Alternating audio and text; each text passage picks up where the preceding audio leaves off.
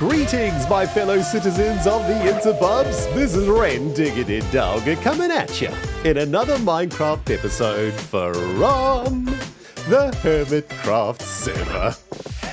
We're kicking things off today from the barren wastelands of our GIGACORP base, where we are going to be unleashing an infestation of space rats to repopulate this place with space rats. Although I can't help but feel I've gone a little bit over the top with the breeding situation here. This is quite a dramatic amount of armadillos, if I'm quite honest with you. But this should be enough armadillos to at least get every corner of the base now populated with space rats. Especially as in the previous episode, we completed the wall around the scootball field, which means our base surface area has dramatically increased, and we're probably going to need quite a few armadillos to make sure that every single corner of the place is populated. Trouble is, we've got a couple of areas in the base where the armadillos can escape or at least get trapped, and I want to deal with that at the start of today's episode. Also, later on today, I want to finish off the Sherd Shop that we started together last time and start getting that business up and running, because that's been a really fun build to work on, and a lot of you guys sent some great comments in the previous episode about your love for the build and the style that we're going for, and as always, appreciate all you guys' love in the comments. And yeah, you guys have inspired me to get that shop done in this episode. But firstly and foremostly, how do we stop the space rat infestation from disappearing again once we unleash that new herd into our base? I think one of the major issues is that there are some escape points that the armadillos can get through, namely the Sulphur River. I think this has been a great source of armadillo loss over the last couple of months as the armadillos have wandered into this. Maybe they've wandered off the edge and gone out into the wilderness eventually. We have, of course, plugged up all of the doors with carpets because armadillos won't cross carpets. And I think we can use the same strategy around the perimeter of the river here, right? That should stop them from actually walking onto this thing, although I'm not 100% sure what this is going to look like. It might look a little bit ugly. You know what? I think we could make this work by just doing a little bit more terraforming along the edge of the river itself. If we add some coarse dirt and some dirt next to the carpet, that might help to tie the whole thing together a little bit better. Something like that. Yeah, that actually looks pretty good. I like that. Ironically enough, one of the other places that we've been losing armadillos to is the scootball field. Yeah, look how many scoots have suddenly arrived. I think there's a spot over here, yeah, where the armadillos have sort of walked up and then onto the scootball field. Also, giant infestation of actual mobs occurring since we set up the wall. We still need to light all of this area up. But yes, clearly we're losing armadillos on the scootball field, which is something we're going to have to sort out. I guess we can just drag them out of here. And it looks like we're going to have to do some lighting up of the base too. So I guess we're starting the week off with some base work, some things to do around here. And armadillos, back up, friends. We've got problems over there. All right, looks like we've got some side quests to kick off today's episode, friends. Let's begin with getting the river sorted out. We need a bunch of brown carpet, which I think we might have some in storage. And if not, I suppose we'll have to go shopping to try and get some of that jazz. By the way, I'm feeling so much better after last week. Today is the first day that I feel basically normal, although my voice is still a bit of a mess. And I just want to say a big thank you to all of you guys who were sending some love in the previous episode and on my socials regarding getting over the old Rona that took a hold of me for the last couple of weeks. We're almost back to normal, everybody, and it feels so stinking good to be back here on the YouTube with you guys, and long may it last. Well, it doesn't look like we have any brown carpets, so over to the dye shop, I guess, to get some brown dye. And of course, for anything dye related, we need to come to the Pearlescent Moon corner of the shopping district, where there are so many amazing pearl builds and shops. Basically, if you ever need flora on the server, this is where you come. There's pretty much everything that you need out here. But dyes are in here, I believe. And hopefully there's brown dye available. Yes, there is a bunch of brown dye available. Excellent. What's the price? 2 diamonds per stack.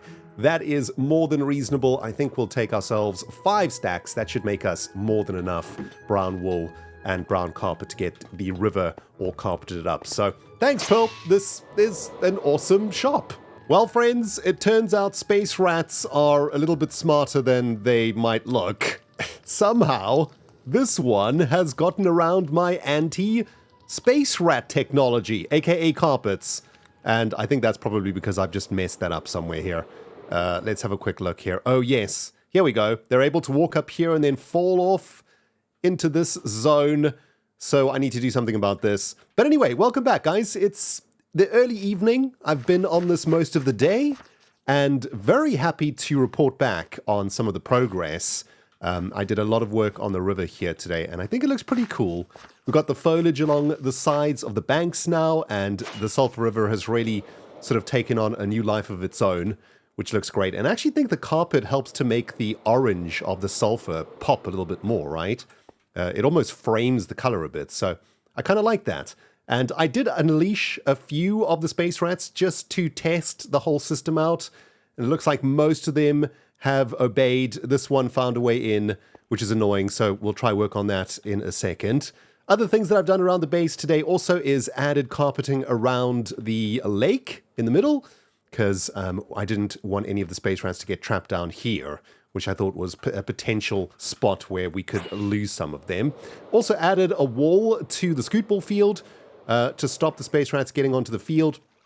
Just a glass wall here, and that should now contain the scoot ball field to only 1 scoot per field, which is good. Oh, I also began another breeding situation over here, because I realized most of the space rats are on that side of the base. We need some space rats on this side. So I thought maybe what we could do is like a pretty interesting replay mod experiment. I'm going to start a replay, and I want to unleash all of the space rats at the same time and see if we can capture it in a replay. It might not work, though, because they're sort of far away from each other. But let's experiment a bit. Let's see if we can make some really cool footage here. All right, both packs of rats have been unleashed on the world, everybody. Let's use the Gigabug to maybe get a view of the infestation over time.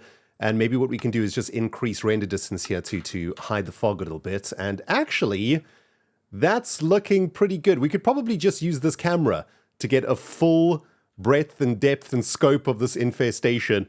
What happens if we put F3B on? There we go. Okay, so now we've got hitboxes on. Now we can sort of clearly see the little ants down there, right? And I tell you what, I'm just going to leave this for 10 minutes and speed it up. And let's see what sort of migration happens.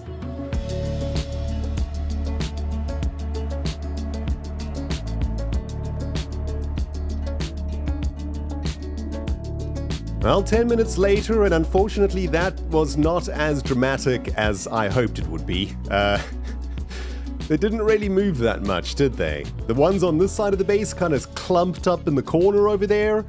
And on this side, I guess it kind of spread around the hangar bay a little bit and whatnot, but yeah, that was a bit of an anticlimax. The one thing that I did notice up there, though, is that the distribution of space rats in the base is very weighted on this side. So I'm thinking we drag, like, quite a lot of these over the river to the other side, and we'll unleash them underneath the JME, and they can go wandering from this side, and that should hopefully evenly distribute these wonderful little creatures across the base. And maybe we'll drag this one along with us too. This is going to be their new home. I want them to sort of wander around this part of the base, and particularly I want quite a few of them to be living near the JME, because of course the origin story of the space rat is that they live inside of the engines of these ships, right, where it's nice and warm. And that's how they arrive in the GIGACORP colonies and end up infesting the colonies with their cuteness. Because they, of course, are stowaways inside of these engines. But there we go. Okay, so a bunch of them migrated over to here. I'll probably do another couple batches of that. But yeah, that's space rat infestation done for today. And the voice is getting a little bit sore. So I'm going to unplug the microphone for the rest of the evening, and we'll catch up with you guys in the morning. Ladies and gentlemen, I am a fool. It's the next day in real life, and in an attempt to try and figure out why the carpets are not stopping the armadillos, I've done some investigation, and it turns out that I am not very good at this game called Minecraft. Yes, completely forgot that the only way the carpet trick works is if carpet is on top of string or some other sort of block, and that makes this block seem transparent to a mob, like an armadillo, and that's why the armadillo won't cross over. So, yeah, all of this carpeting that I've done so far in the episode, this is all pointless. This is not going to stop the armadillos going into the Sulphur River or escaping the base, so I need to figure out a different plan. I'm thinking maybe like fences might work, although I think I might leave this one up to you guys. Any ideas on how we can keep the armadillos out of the Sulphur River? Let me know in the comments, guys. And let's move on for now from the space rats. I think I've had enough of them at this point.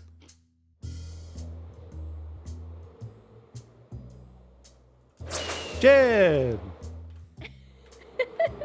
What an entrance! Oh my gosh. Hey, you okay? I'm good, I'm good. How's it going? Good, good. I was just doing some building, and I wanted to get your reaction to something that I built. So I've been building something for spooky season because we're in spooky season now. True. Coming up. And so I wanted you to walk and just experience my pumpkin patch that I just added. Okay. Like fully experience the spook, basically. Like just walk up to it, if you would. Okay. Is that it over there with all the pumpkins on? That's with the pumpkins, yeah, with the pumpkin patch with the pumpkins. Ooh. That is it. I mean, I'm getting vibes. Oh! Good lord! Okay. I don't think I like this very much. What the heck was all of that? Whoa! Okay, wait a minute. Welcome to the pumpkin patch. Okay, that's actually pretty awesome. And what do you think? Is it scary enough, or is it too scary, or is what's the vibe? I mean, legit jump scared me. So, you know. That's good. That is definitely a win. I think it's perfect. It's not like too over the top, you know? It's not like crazy. Oh my good lord. Okay. It's amazing. It's so good. Now that I can actually see them like flying around and stuff. Oh, that's so good. Okay, this is awesome. This one's got the breeze sound, and that one's got the Enderman. I think the Enderman's scarier, but the breeze is like more fun. Yeah, the breeze is like funny Halloween. The Enderman one is like, I'm going to eat your soul. Yeah. That's so good, Jen. This is amazing. Well, thank you for coming over and experiencing it. I just wanted to, well, I'm working on just jump scaring all the hermits, basically. Oh, you scared the living hell out of me, so I'm going to go change my pants, I think, after that madness. Good, wonderful. Thank you. Bye, James. How the heck is it Thursday already, everybody? Is it just me, or does time seem to absolutely evaporate in like the last 3 months of a year? You know what I mean, guys? It's crazy. These weeks are going by so fast. Anyway, it's another morning on the HermitCraft server, once again, chilling with the doc. And I've made some pretty serious progress on the Sherd Shop. I think we're going to get this finished for this episode, which is going to be pretty exciting. I've done some interior work too, which I want to take you guys through. I think you're going to like what you see in there. It's looking pretty sweet. Although, this thing needs to be finished at some point. This is half a building. What's going on here? Why is there only half a building here? I guess it doesn't really matter that much. Our customers won't really ever see this, hopefully, because they'll be traveling down this road, presumably. But yes, indeed, Sherd Shop coming along real nice. Wait, what's this? The permits, they don't help the hermits. The Sherd Shop's only been up for a couple of days and it's already being graffitied? Absolutely outrageous. Anyway, distractions aplenty. Let's have a look at the front of the building for a moment. And I made a slight adjustment to the window from the last episode. I brought this section of the window out by one to give it more of a concave look, which I think looks pretty sweet. And of course, one of the major features of the outside design are the pots. As this is the Pots and Sherds shop, I want to use the pots as often as possible without it being ridiculous. I really love the color palette here of dark gray, dark green, and then the different browns that we get from the copper and from the pots and stuff. I think it looks really, really nice. And there's kind of a cool jazzy interlude of green at the bottom of the building from the copper. All in all, definitely achieving the Art Deco look that I want to get. And I've done this side too, although I think there are just 2 more sides of the building that I still need to do. Yeah, we still need to do the back side of the building here and the front side of the building. Anywho, so let's take a look on the inside of the shop, where I have been making some pretty decent progress on getting the interior set up. Still quite a lot of work to do, but I wanted to show you guys the different areas of where the sherds will be sold, because it turns out that sherds are not all created equal. In fact, there are 3 kind of varieties of sherds that I've come to discover. The common sherds, which can be found anywhere between 12.5% and 25% of the time, whenever you scratch a bit of suspicious gravel or suspicious sand. Uncommon sherds have a drop rate of 8.3%, and rare sherds have a drop rate of 6.7%. So there are actually different rarities when it comes to the sherds, which means we get to price them differently. So I'm going to figure out what we're going to be charging for the sherds, because the common sherds are much easier to find than the rare sherds. It takes many, many more hours to find multiples of the rares. But I really like seeing the different sherds on the pots in the shop. I think that looks really, really sweet. And this kind of made me feel that this shop is going to be almost like a boutique antique shop. You know, like an old antique shop that you go into, it's got that musty smell to it, and there's just tables everywhere that are covered with weird trinkets from all over the world. And I was thinking that what we could do is have these tables like this and display like some really rare blocks from Minecraft and from the season, potentially, you know, different hermit trinkets and stuff. We could stick them on the tables and maybe change them out every week so that, you know, it's almost like a museum, I guess, as well as being a place where you can pick up the antiques, so to speak, right? Like the sherds are kind of antiquities that you have to dig out of the ground. And so if we turn the whole thing into like an antique shop that displays really cool things and sells really cool things, I think we might have a decent shop in our hand. We're also going to be selling the pots, of course, and I was thinking like 1 diamond per stack makes a lot of sense, because we actually have inadvertently already created some sort of a factory, I suppose, for our Pots and Sherds shop. Because over at the GIGACORP base, we've got the Gigaplex, which is filled with stonemasons. And quite conveniently for us, stonemasons create bricks. And bricks create pots and decorated pots. So it's all kind of turned out quite nicely in the end for our little Pots and Sherds business. But yeah, still quite a lot of work to do on the shop today, guys. So I'm going to kick this sucker into a little time lapse. And let's get this thing done and dusted for the episode.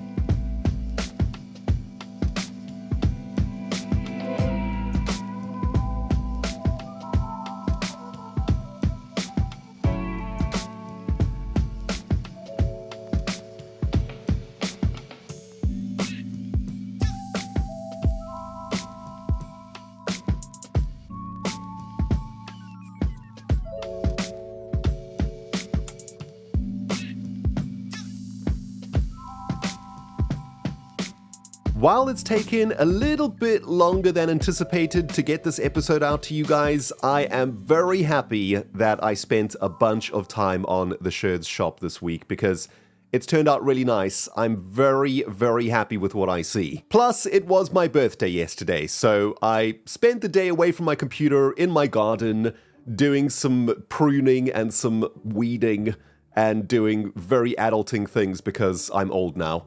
But yeah, we're about a day behind on the episode, but that's okay. Guys, welcome to the Sherd Shop. I mean, it's supposed to be Pots and Sherds, but there's no ways that I was going to fit pots and sherds on the signage over here. I guess one of the only problems that I have with this shop is that it kind of reminds me of Shady E from Season 7, where if we go far enough back, half the shop just disappears, and you no longer see all the all the detail work, because of course the decorated pots and the banners only render when you're within a certain distance. So that's slightly unfortunate, but it matters not, because it's looking really, really great. I've added a bunch of small little details around the place too, which weren't there before, like adding a little bit of rust into the copper and, a few little details and whatnot. Also, very happy with how the roof turned out. I think it looks really nice. A couple of smoking chimneys happening too, and love these little windows and whatnot also. And of course, we've got a little bit of rusting on the roof also, because this is an old building. It's been around for, I don't know, 100 years or something. Well, as long as the season's been around. But, I guess it's like 1 week in real life is like, 2 months in Minecraft life. So yeah, it's been around for ages. But yes, the interior is what I'm most excited about also to show you guys today, because I've been doing a lot of thinking on how I want the Sherd Shop to function for the customer. I want it to be an immaculate experience for anybody that comes into the shop. Nay, I want them to feel like they have entered a place of real quality. A place where they can get some of the rarest items in the game of Minecraft, which is just these Sherd pot thingies. All right, Mumbo Jumbo, I'll be with you in a second, my brother. Just let me get this segment recorded here. It's Saturday, by the way, guys, on the server, hanging out with Joel and with Mumbo. It's about 1 p.m. in the afternoon, and all of us Brits have probably just had a bit of lunch now and are back to the grind. You love to see it. Anyway, welcome, guys. Welcome to the Sherd Shop. It looks like this. Here is where the shopkeeper is to take the money. We wanted to feel like a top quality antique shop, right? Where you can get really expensive antiquities. I've done my best to add some interesting trinkets into the shop, some of the rarer things in Minecraft. And this is the first little surprise, right? This is the record that you get from Sherd hunting. And to make it even rarer, it can only be found in the Trail Ruins. So yeah, a pretty rare disc, and I think it sort of makes the vibes of the shop kind of immaculate. I really like it. Hey, Falls! Geez, pretty much every British hermit is online today, other than Cleo and Azuma, I suppose. You'll love to see it. Anyways, so guys, let's talk about pricing, right? So I put all of the sherds that we've got available for sale into their respective areas in the shop. I have kept some though, because I want to use these as final decorations on the outsides. We've got these like pillars of pots behind the Sherd's banners. I'd like to add some decorated Sherd pots into these stacks, just to add that final little bit of a je ne sais quoi, if you will, to the build. So I've got some spare ones here, and I've kind of tried to keep the number of Sherds available in each box to an even number, and that's how I've managed to sort of shave a few off the top, if you will. But yes, we start here with the uncommon Sherds. I'm going to charge 2 diamond blocks for a Sherd of uncommon value. I think that's a good idea, which I'll explain in a second. On the common Sherd side of things, we're going to be charging 1 diamond block for a common Sherd, and for the rare Sherds, we're going to be charging 3 diamond blocks for those. So a rare Sherd is going to cost 27 diamonds, an uncommon Sherd is going to cost 18 diamonds, and a common Sherd is going to cost 9 diamonds. Now, I know that sounds expensive, guys, but there is a method to the madness. Let me explain, or at least try to explain. At this point in the season, most hermits are fully loaded. Their shops are running, they've got more diamonds that they know what to shake a stick at, which means that by pricing these sherds at a higher value, we're not going to be making the hermits going to do mining for diamonds and whatnot and making it kind of tricky to get the diamonds to buy the things. That's not to say that I'm trying to be greedy and make a bunch of diamonds out of the hermits. No. The actual reason why I'm pricing it high is because I don't want the shop to be instantly sold out by one hermit, right? If I price these sherds at like a diamond a sherd or whatever, someone will come in and buy all of them, and that means I will have to spend another 5 to 10 hours restocking the shop. And I don't know, guys, it's not exactly the best use of my time, even though it is fun on streams to go sherd hunting.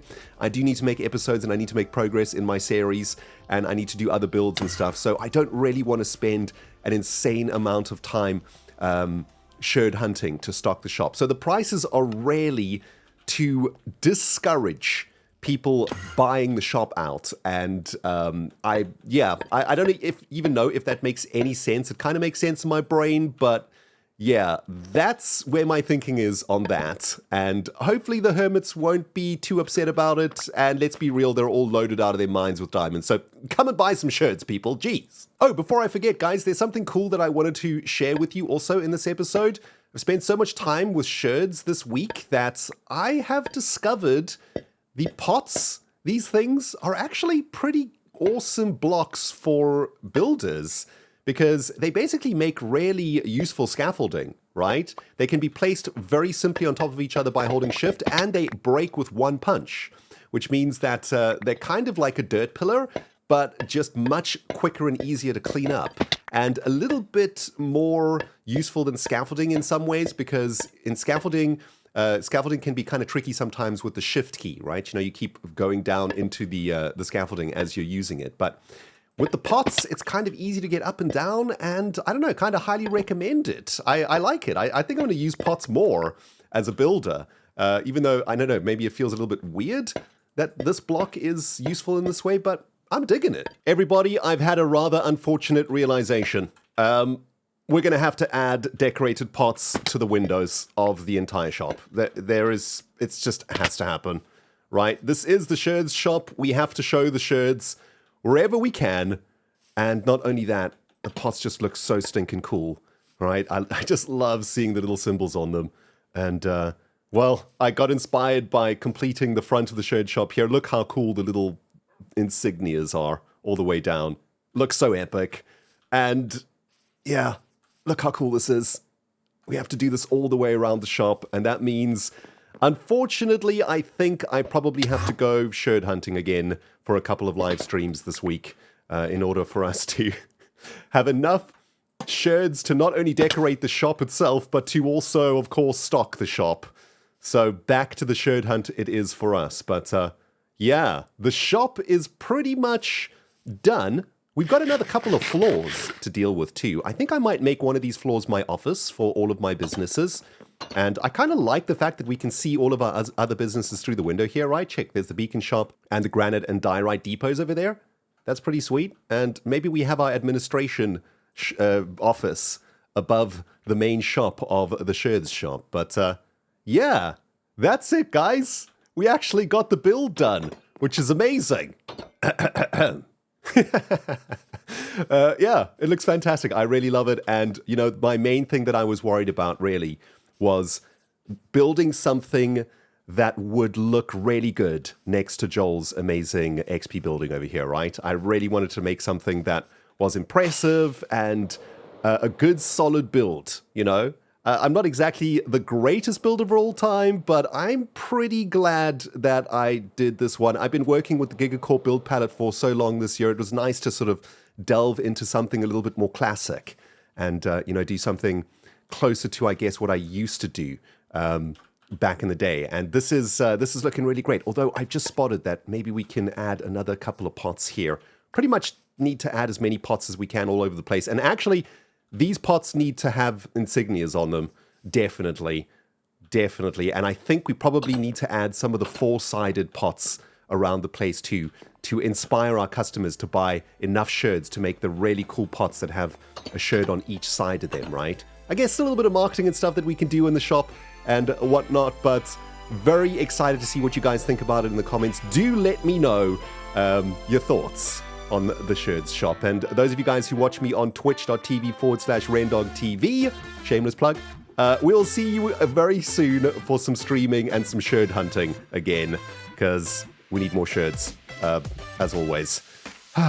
Thanks for watching, everybody. Rendog signing out for this episode. We'll smell you all in the next one.